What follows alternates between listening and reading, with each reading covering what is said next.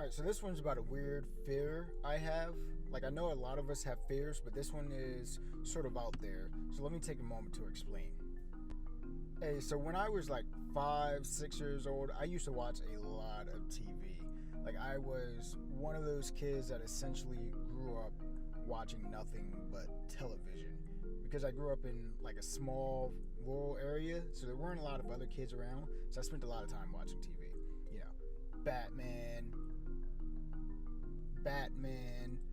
Barney, Magic School Bus, Mr. Frizzle, You're the Best. Watched a lot of television. But there was also those times that my mom would like take over the TV and she'd watch her stuff. And to be quite frank, I probably shouldn't have been watching that with her, but she used to love Cops. Yeah, you know, the show that recently got canceled, very controversial. Hey, so watching Cops in the 90s was sort of the thing. You remember like John Walsh and all of that, America's Most Wanted? It was back during those times. So I developed a fear from watching Cops. Now you'd probably expect, oh, okay, he watched Cops and he developed the fear. Okay, there's probably the fear of getting shot, the fear of getting tased, the fear of getting locked up, the fear of getting beaten over the head with a nightstick. None of those was the fear I developed from watching Cops. Cops, I was still 5 and I was still, at that age where the law was black and white. The cops were the good guys and the criminals that they caught were the bad guys. There's no questions about it. It wasn't in today's standards where everything was, this gray mesh mixed up area. It was really easy. And also as a 5-year-old, you're still in that phase where, what do you want to be when you grow up? Oh, mommy, I want to be a cop. Anyway, on this particular episode of Cops, it took place in Tampa Bay, Florida. Of course, this story has something to do with Florida. But look, they got called to a house call. The crew walks into this person's apartment, enter their bathroom, and halfway out of the commode was about a 10-foot python. This would forever change my young life. A python coming out of the toilet. Keep in mind, I was still, at the age where potty training, make some mistakes every so often. You still wet the bed.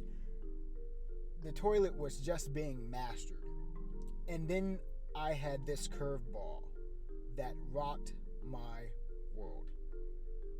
So the cop's there with the family, and of course, he has no idea what to do because he's not trained to handle some person's python crawling up out of the toilet.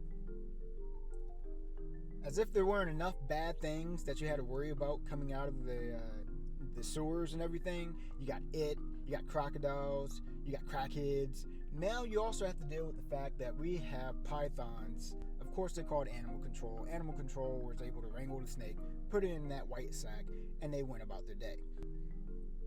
As you could imagine, this made doing the number 2 a bit traumatizing for that first week after watching that episode. Eventually, got over it. It wasn't a big deal.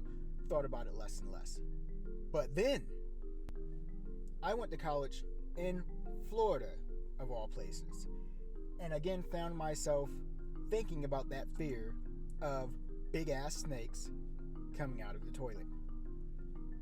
Every time I would use the bathroom, I would then lift the seat, give it a little peek, sit down, do my business, and midway, still think to myself, this might be the moment that the snake is making its way up the commode.